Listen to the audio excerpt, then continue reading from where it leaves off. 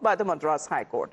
Now, ahead of the book's release at Chennai Book Fair, the High Court has prohibited its publication, sale and circulation, terming the book to be a scandalous. The court noted that the book contains highly derogatory and abusive references against a sitting judge. The High Court also initiated suo motu criminal contempt proceedings against the publisher, directing the police to stop the release and the sale of the publication. The court says that the book has crossed all limits and needs to be dealt with stern hands. The matter has been posted for further hearing on the 28th of this month, as the book featured derogatory and inflammatory caricature of Justice GR Swaminathan on its cover itself, where he is seen holding a trident in one hand and a saffron flag in the other. Now, the controversy surrounding the book comes amid the showdown over the Deepam Rao. Remember, it was Justice Swaminathan who had heard the case and presided over the single-judge bench that had ordered the lighting of the sacred lamp at Deepathun.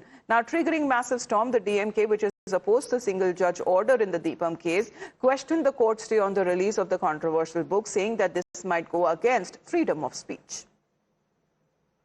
See, I saw the matter in newspapers that the court has taken suo motu cognizance and stopped the publication of this book. I unfortunately couldn't go into the merits of this case, but by the looks of it, from my basic understanding, I think this might go against freedom of speech, because in this country, anyone and everyone should be allowed to write a book and express his opinion until and unless that threatens to destroy the harmony of this land, or bring threat to the existence of this nation, or would create or cause violence. From the gist of what the book title is, I do not think it is going to cause any of that. Thereby, it is surprising why this is banned. It might go against freedom of speech. But again, caveat is that it is based on my minimal understanding, because I haven't gone through the verdict completely. Thank you. Well, let's connect with Dharni on this. Dharni, the DMK may not see anything wrong with it, but during the hearing, the bench seems to have examined the book's title and also the cover, the visual portrayal on its cover, that observed that the presentation intended to ridicule a sitting judge rather than offer any legitimate criticism. Well, definitely the Madras High Court has come down heavily on the publisher of that particular book. The Madras High Court has told that that book shouldn't be published in any way, be it offline or online, and the sales of that book should be stopped, is what the Madras High Court has told yesterday. So definitely it comes as a big blow for the publisher. But meanwhile, talking about the DMK still feels that this is the freedom of speech that is being curtailed, because we just looked at what Mr. Dharmidharan has to say. He says that unless there is a law and order concern, or unless there is a possibility of pitting one community against another, or or threats to national security, there is no need to ban a book which is only expressing its opinion.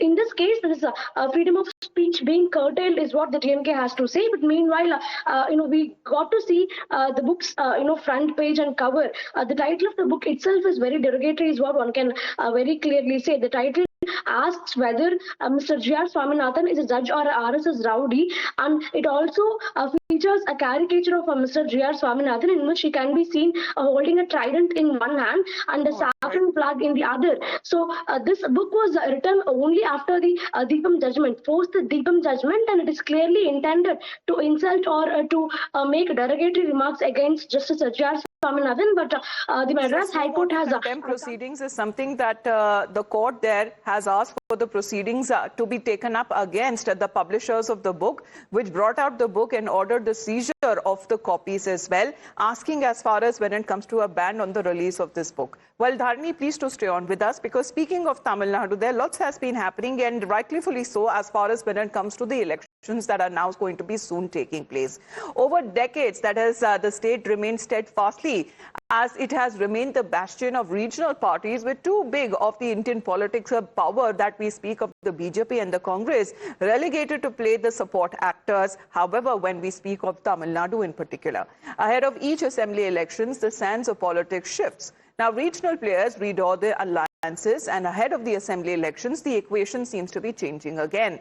The lines between friends and foes are being redrawn. Let's talk about the contours of this new alliance. The PMK faction, led by Dr. Nadu Ramadoss, met with AIA-DMK's Edappadi Palaniswamy and joined hands with the AIA-DMK, be a part of the NDA, the process that ended up becoming of the NDA now expanding its base in Tamil Nadu ahead of the elections. Now, soon after this meeting, EPS arrived in the national capital, met Union Home Minister Amit Shah, and he's called it as the winning and a natural combination, saying that several other parties are also likely to join the NDA fold.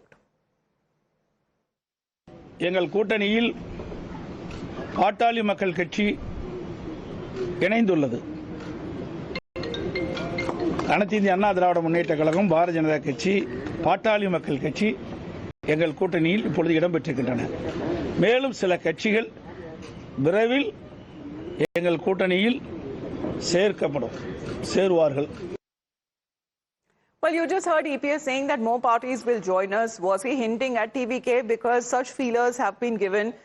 The TVK may be the newest party on the block, but no one is ruling out the actor-turned-neta Vijay-led TVK being a major player.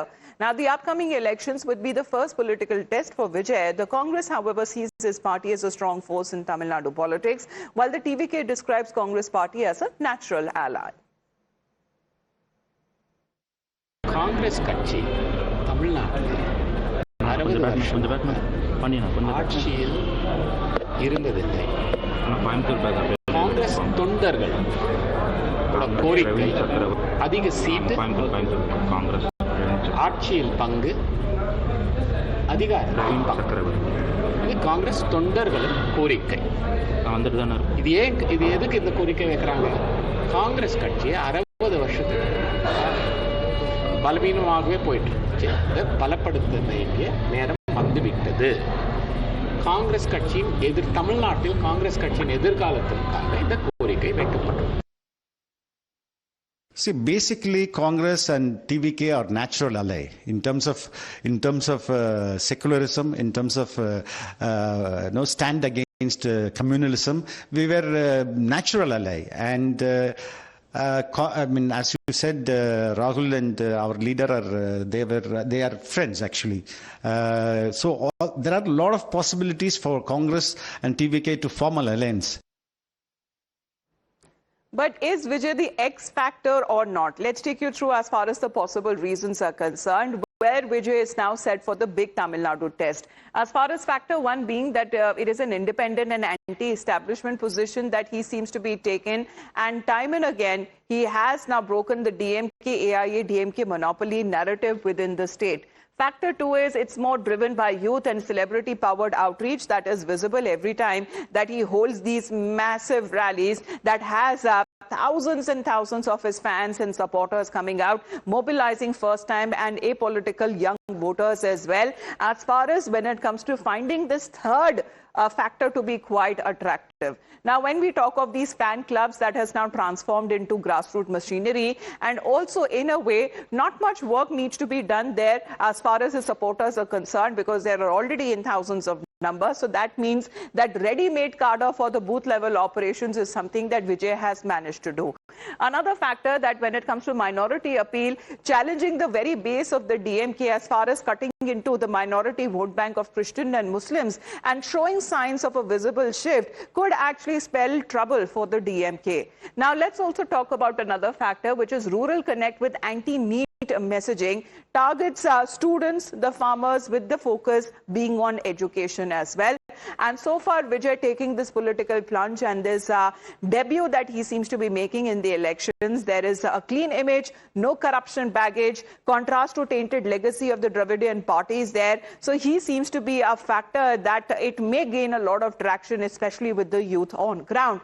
Another factor, that strategic silence when it comes to national alliances and keeping the doors open, avoiding any polarization traps, because there has been feelers that are coming in both from the BJP side and from the Congress side that they actually view TVK to be a force to reckon with as far as its positioning now is concerned, while the DMK has been sidelining it, saying that it's a new party and it will not be taken seriously.